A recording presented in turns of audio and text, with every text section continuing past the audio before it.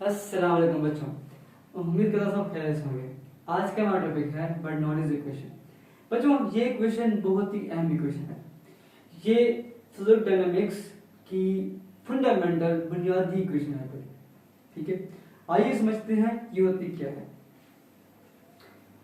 इसकी मतलब स्टेटमेंट है बड़ी, the sum of pressure, kinetic energy per unit volume and potential energy per unit volume of an ideal fluid through the steady flow remains constant। क्या मतलब हुआ?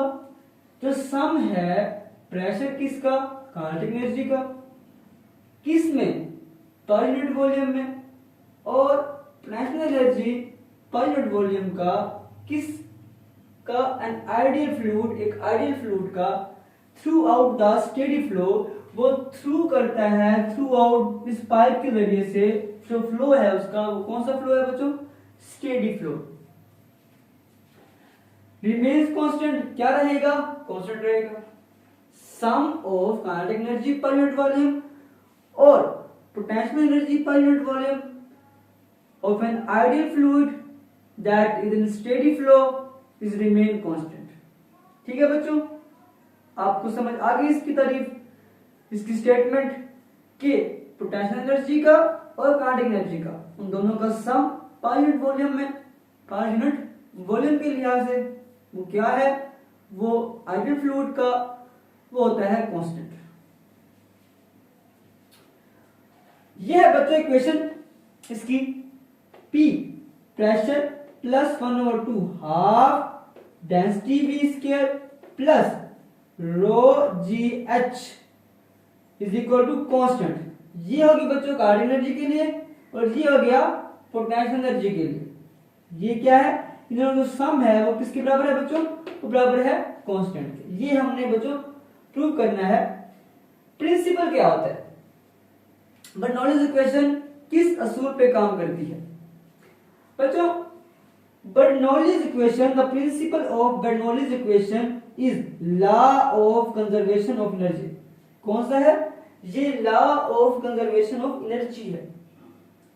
अगर हम इसकी देखते डेरिवेशन तो आपके सामने इसकी डायग्राम है। इसकी डायग्राम में हमारे पास एक एरिया बड़ा है, एक एरिया कम है, एक एरिया ऊपर है, एक एरिया नीचे है। ठीक है बच्चों, दो मतलब कि एक हमारे पास पाइप है और पाइप को किस शक्ल में है, नॉन यूनिफॉर्म में है, और एक की हाइट ज्यादा है, एक की हाइट कम है। ठीक है बच्चों, तो बच्चों Bernoulli's equation is the fundamental equation of the fluid dynamics. Bernoulli's equation क्या है, ये एक फंडामेंटल, एक बुनियादी इक्वेशन है, मुसव्वात है of the fluid dynamics, fluid dynamics की। The non uniform pipe of different heights, the fluid that flow is ideal. एक नॉन यूनिफॉर्म हमारे पास पाइप है, इसके अंदर जो फ्लूइड है, जो माया है, वो जो बह रहा है वो कौन सा है, वो आइडियल है। बच्चों हमने कहा था कि आइडियल फ्लूइड तब होता है जो नॉन विस्कस हो और जिसकी डेंसिटी कांस्टेंट हो और जो कि इनकंप्रेसिबल हो। बच्चों हमने सबसे पहले कैलकुलेट करना है वर्क अपर एंड के लिए। ये जो आपके पास सामने देख रहे हैं अपर एंड है, इसका हमने पहले वर्क कैलकुलेट करना है। The fluid moving with velocity v by a force that pressure lies covers distance delta x1 from height h1 and mass is delta m। बच्चों यहां से जो फ्लूइड, जो पानी जा रहा है, इस अपर वाले एंड से जो पानी जा रहा है, ठीक है, वो वेलोसिटी v के साथ जा रहा है। ठीक है, और जो प्रेशर है P1, वो फोर्स, वो उसके अंदर फोर्स पता कर रहा है, वो फ्लूइड के ऊपर फोर्स लगा रहा है प्रेशर, जिसकी वजह से क्या हो रहा है, वो पानी आगे की तरफ फ्लो कर रहा है। और पानी कौन सा है, माया कौन सा है, आइडियल फ्लूइड है पड़ा। कौन सा फ्लूइड है, आइडियल फ्लूइड है पड़ा। अब जितना वहां पे वर्क डन होगा, पानी फोर्स की वजह से, मतलब जो प्रेशर है, जो फोर्स लगा रहा है उस फ्लूइड के ऊपर, और जो पानी जितना फासला कवर करेगा, डेल्टा एक्स कवर करेगा, तो वो इसका वर्क होगा। इस अपर पॉइंट के ऊपर बच्चों क्या है, जितना प्रेशर जो है P1 जो है वो एक्सर्ट लगाएगा, प्रेशर लगाएगा, वो फोर्स के बराबर होगा, वो फोर्स उस फ्लूइड पे लगेगी और वो जो फ्लूइड है वो फ्लूइड आगे की तरफ जाएगा और जाते हुए वो उस एरिया में से A1 में से जितना फासला कवर करता है वो क्या होता है जी, वो वर्ग के बराबर होता है। बच्चों यहाँ पे वर्क W1 कितना होगा, यहाँ पर W1 is equal to F1 delta x1 cos theta. ठीक है बच्चों, W1 is equal to F1 delta x1 cos theta. अब बच्चों यहाँ पर देख सकते हैं कि प्रेशर भी इस तरफ है, वेलोसिटी भी इस तरफ है, प्रेशर भी इस तरफ है और स्पीड भी इस तरफ है और डिस्प्लेसमेंट भी इस तरफ कवर हो रहा है। प्रेशर की सीमत भी सेम है और जो डिस्टेंस कवर हो रहा है वो भी उसी सीमत में हो रहा है। प्रेशर भी यहीं पे लग रहा है और जो फासला है वो भी इसी सीमत में कवर हो रहा है। तो हम कह सकते हैं कि थीटा क्या होगा, थीटा 0 होगा। जब बच्चों हम कोस थीटा जब हम 0 पुट करते हैं तो कोस 0 बच्चों बराबर किसकी होती है, 1 की। बच्चों 1 की, कोस 0 1। तो यहां पे आंसर क्या आएगा, W1 is equal to F1 delta x1। ये वो वर्क है जो कि इस अपर एंड के ऊपर हुआ है।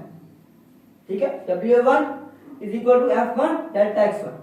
अब बच्चों हमें पता है प्रेशर का फॉर्मूला क्या होता है, P is equal to F बटा A, force per unit area.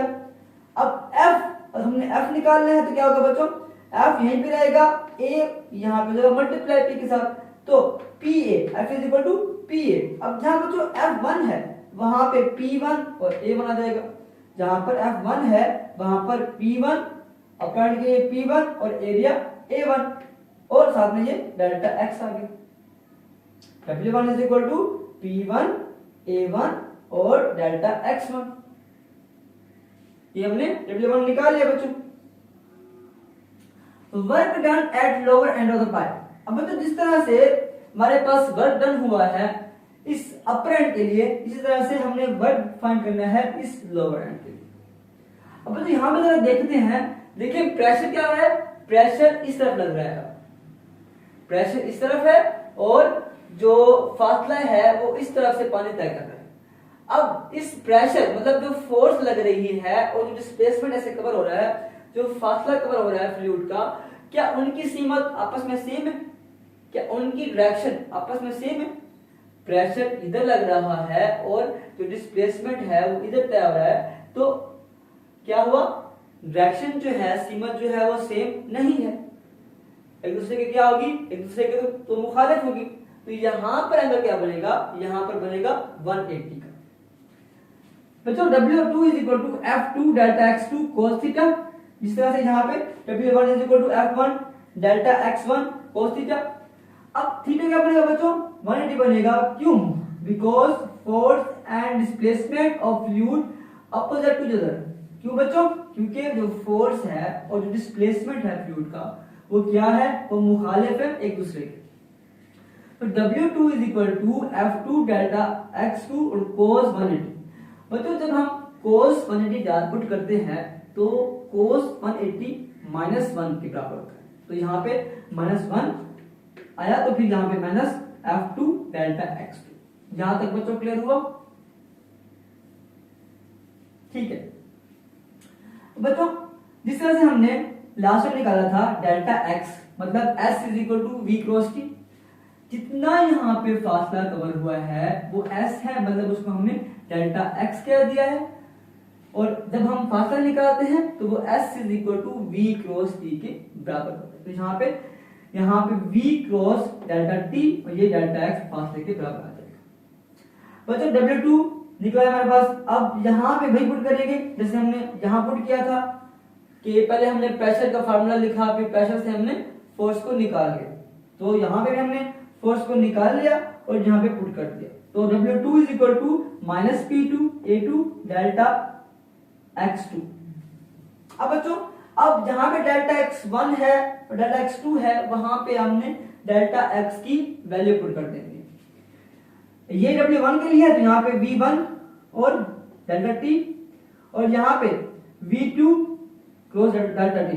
अब क्वेश्चन क्या बन जाएगी बच्चों, W1 is equal to T1A1 cross V1 मतलब डेल्टा x1 के लिए और डेल्टा t। इस तरह से W2 के लिए जो वर्क होगा W2 के लिए इस लोअर एंड के लिए वो होगा P2A2 cross V2 velocity cross delta t। बच्चों अब हमने फाइंड करना है नेटवर्क, ठीक है। इसका वर्क अपर एंड का वर्क और लोअर एंड का वर्क कितना होगा इसको हमने फाइंड करना है। जब हमने नेटवर्क करना है तो हम क्या करेंगे बच्चों, network W is equal to W1 जितना वर्क हुआ है इस अपर एंड के ऊपर जमा प्लस सम कर देंगे, जमा कर देंगे किसको, लोअर एंड के ऊपर जितना भी वर्क हुआ है, जितना वर्क हुआ है अपर एंड पर जितना हुआ है लोअर एंड पर दोनों को सम कर देंगे तो वो नेटवर्क के बराबर होता है। अब बच्चों W इज इक्वल टू, अब जो W1 होगा जो हमने यहाँ पे निकाला था क्वेश्चन नंबर C निकाली थी और क्वेश्चन नंबर D निकाली थी W2 के लिए, तो वो हमने यहाँ पे दर्ज कर देंगे। तो W1 P1A1 V1 वेलोसिटी के लिए delta t minus P2A2 velocity V2 delta t। अब बच्चों देखो जरा यहाँ पे, अब यहाँ पे हमारे पास A1 और V1 डेल्टा t आ रहा है बच्चों। हमने equation of quantity last time derive की थी कि AB is equal to V बटा T, AB is equal to V बटा T, वो इक्वेशन ऑफ कंटिन्यूटी थी। तो बच्चों अब यहाँ पे उसी को इस्तेमाल करेंगे इक्वेशन ऑफ कंटिन्यूटी को। तो A1 V1 is equal to V over T, volume over T के बराबर होता है, मतलब रेट ऑफ फ्लो याद हो तो आप लोगों को। तो यहां से हमने V निकालना है, इसको हम डेल्टा T कर देंगे, तो V is equal to A1 V1 delta T। तो यहां से इक्वेशन ऑफ कंटिन्यूटी से हमने वॉल्यूम V को निकाल लिया। क्या निकाला बच्चों, हमने वॉल्यूम V को निकाल लिया है। तो जहां पे अब देखिए यहाँ पे A1 V1 डेल्टा T यहां भी है, यहां भी है, तो यहां पर भी V आ जाएगा और यहां पर भी V आ जाएगा। बताओ यहाँ भी वॉल्यूम P1V माइनस P2V। अब यहां से हमने V को कॉमन निकाल लेना है, तो P1 minus P2 pressure point 1 के लिए मतलब अपर एंड के लिए और प्रेशर P2 लोअर एंड के लिए इनटू V जो होगा आपके पास क्या आ जाएगा, कॉमन आ जाएगा। V क्या है बच्चों, वॉल्यूम है। बच्चों हमने यहाँ पे वॉल्यूम की कीमत निकालनी है। अब volume density is equal to mass over volume, ये भी पढ़ा हुआ है कि जो डेंसिटी होती है वो बराबर किसकी होती है, मास बटा वॉल्यूम के। मतलब हमने यहाँ से क्या निकालना है, हमने यहाँ से वॉल्यूम निकालना है। तो वॉल्यूम निकालने के लिए हम क्या करेंगे, जो हमारे पास ये वॉल्यूम है यहाँ पे हो रहा है तकसीम, यहाँ मल्टीप्लाई और ये यहाँ पे मल्टीप्लाई, यहाँ पे तकसीम। तो V is equal to volume is equal to m बटा रो, मतलब मास ओवर डेंसिटी के बराबर होगा। वॉल्यूम क्या होगा बच्चों, मास ओवर डेंसिटी के बराबर होगा। अब इसको हम इस्तेमाल कर देते हैं क्वेश्चन नंबर E के अंदर। तो W is equal to P1 minus P2, जहां पे वॉल्यूम है वहां पे मास ओवर डेंसिटी आता है। ये बच्चों अभी हाफ हुआ है हमारा, ये भी हाफ हुआ है, अभी हमने सिर्फ वर्क निकाला है। अब हम लगाएंगे वर्क एनर्जी प्रिंसिपल। जी बच्चों हमने नेटवर्क निकाला था जो था W is equal to P1 minus P2 into M over density, इसको रो पढ़ते हैं। अब बच्चों अब हमारे पास है पढ़ा कि work is used by the fluid that change into kinetic energy and some work change into gravitational potential energy. अब बच्चों जो यहाँ पे जो वर्क हुआ है, ये जो वर्क है ये किस में हुआ है, ये कुछ जाया हुआ है, कुछ यूज हुआ है किसके अंदर, काइनेटिक एनर्जी के अंदर, और कुछ कहाँ पे यूज हुआ है, पोटेंशियल एनर्जी के अंदर। From the pipe height h1 and h2, किस हाइट से, ये देखो ये h1 है, ये क्या है h2 है। यहाँ पे क्या हुआ है, यहाँ पे ग्रेविटेशनल पोटेंशियल एनर्जी यूज हुई है, और यहाँ पे जब फ्लो हुआ है तो वहां पे काइनेटिक एनर्जी फ्लो हुई है, यूज हो गया। अब बच्चों चेंज इन काइनेटिक एनर्जी क्या होता है, 1/2 mv2 का स्क्वायर माइनस 1/2 mv1 का स्क्वायर। इस तरह से बच्चों यहाँ पे जब हम बात करेंगे पोटेंशियल एनर्जी की तो वो होता है mgh2 माइनस mgh1।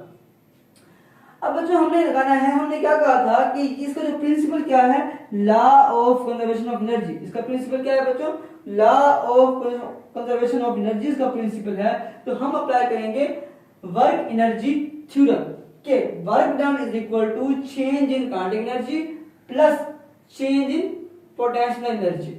तो बच्चों हमें पता है इसकी वैल्यू भी पता है पड़ी और W की वैल्यू भी पता है पड़ी, तो हमने इन तमाम की वैल्यूज को यहाँ पुट कर देना है। W था वो P1 minus P2 m over rho density, और जो डेल्टा जो हमारे पास चेंज इन काइनेटिक एनर्जी है वो है 1 over 2 mv2 square minus 1 over 2 mv1 square, और यहाँ पे जो ग्रेविटेशनल पोटेंशियल एनर्जी है बराबर है mgh2 माइनस mgh1। बच्चों देखिए यहाँ पे कुछ चीज कॉमन निकलती है, हाँ जी कॉमन निकल रही है, यहाँ पे भी मास कॉमन है, यहाँ भी मास कॉमन है, तो यहाँ से मास कॉमन निकाल लिया बच्चों इसमें से। तो जब हमने मास कॉमन बाहर निकाल लिया तो 1 ओवर 2 v2 का स्क्वायर माइनस 1 ओवर 2 v1 का square plus gh2 minus gh1। बच्चों यहाँ भी मास है पड़ा, जो हमें यहाँ पे मास है पड़ा, इस मास से इस मास को हम कर देंगे कैंसिल आउट, और बचेगा हमारे पास रो यहाँ पे तकसीम हो रहा है, डेंसिटी यहाँ पे तकसीम हो रही है, यहाँ पे जाएगी मल्टीप्लाई, तो ये डेंसिटी है इसको हमने यहाँ पर मल्टीप्लाई करवा दिया, तो क्या बन जाएगा 1 over 2 rho density v square 2 1 over 2 rho v1 square plus rho gh2 minus rho gh1। अब तो अगर हम इसको अरेंज करते हैं इक्वेशन को, तो जो हमारे पास v1 वाली क्वेश्चन है पड़ी, जैसे यहाँ पे p1 है, यहाँ जो v1 है और h1 है वो आ जाएंगी इस तरफ, और जो p2 वाली है वो आ जाएंगी इस तरफ। तो हमने रीअरेंज किया, तो p1 plus 1 over 2 rho v1 square plus rho gh1 is equal to p2 plus 1 over 2 rho v2 square plus rho gh2। तो हमारे पास जो 1 वाली है वो साइड पे आ गई और जो 2 वाली है वो साइड पे आ गई। बच्चों इसको कहते हैं बर्नौलीज इक्वेशन। इसको अगर हम रीअरेंज करते हैं तो p plus 1 over 2 rho v square plus rho gh जो है ये बराबर है किसके, कांस्टेंट के। मतलब जो यहाँ पे पानी फ्लो कर रहा है वो क्या है, वो सेम ही है बड़ा, इसलिए ये दोनों क्या है आपस में, ये कांस्टेंट होती है, तो p plus 1 over 2 rho v square plus rho gh is equal to constant. This is called Bernoulli's equation.